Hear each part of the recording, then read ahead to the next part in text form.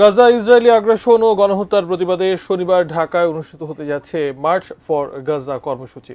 দলমত নির্বিশেষে সবার অংশগ্রহণে এটি দেশের ইতিহাসে বৃহত্তম সমাবেশ হবে বলে আশা করছে অংশগ্রহণকারী পক্ষগুলো।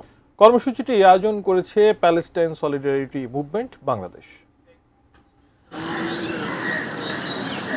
রাজধানীর সোহরাওয়ার্দী উদ্যানে চলছে মঞ্চ প্রস্তুতের কাজ। শনিবার এখানেই হতে যাচ্ছে ফিলিস্তিনের নিরীহ জনগণের উপর ইসরায়েলের চলমান বর্বরতার বিরুদ্ধে মার্চ ফর গাজা কর্মসূচি। এই গণজমায়েত দেশের ইতিহাসে বৃহত্তম জমায়েত হতে যাচ্ছে বলে ধারণা করা হচ্ছে।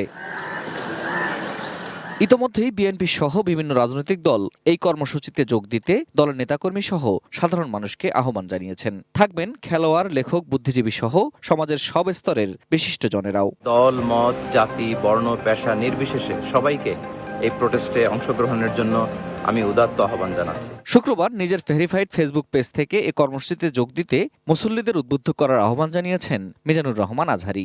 মার্চ ফর গাজাতে আমরা অংশগ্রহণ করছি, আমি নিজে অংশগ্রহণ করব।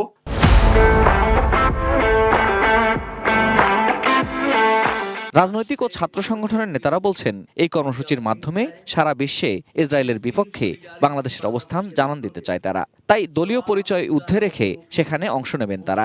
পাশাপাশি এর সুযোগ নিয়ে যাতে বিশৃঙ্খলা না হয় সে ব্যাপারেও কর্মীদের তৎপর রাখবে সংগঠনগুলো। যেহেতু এটা একটা নন পলিটিক্যাল আয়োজন, সেক্ষেত্রে আমরা নিরাপত্তা সহ অনেকগুলো বিষয় থাকতে পারে আর কি, যেগুলোতে আমরা সব দলগুলোই মূলত ভাগ করে নিয়েছি বিভিন্ন ধরনের আমরা কে কিভাবে সহযোগিতা করতে পারি। এখানে একটা পক্ষ না, বিভিন্ন রাজনৈতিক গোষ্ঠী, শ্রেণী গোষ্ঠী, বিভিন্ন মতের লোক এখানে থাকবে, তাই না?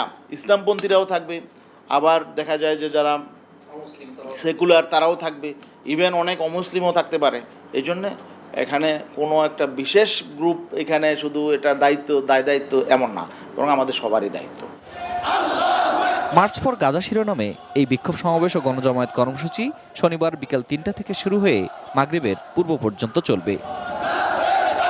Ferdous Rahman, ATN news, Dhaka.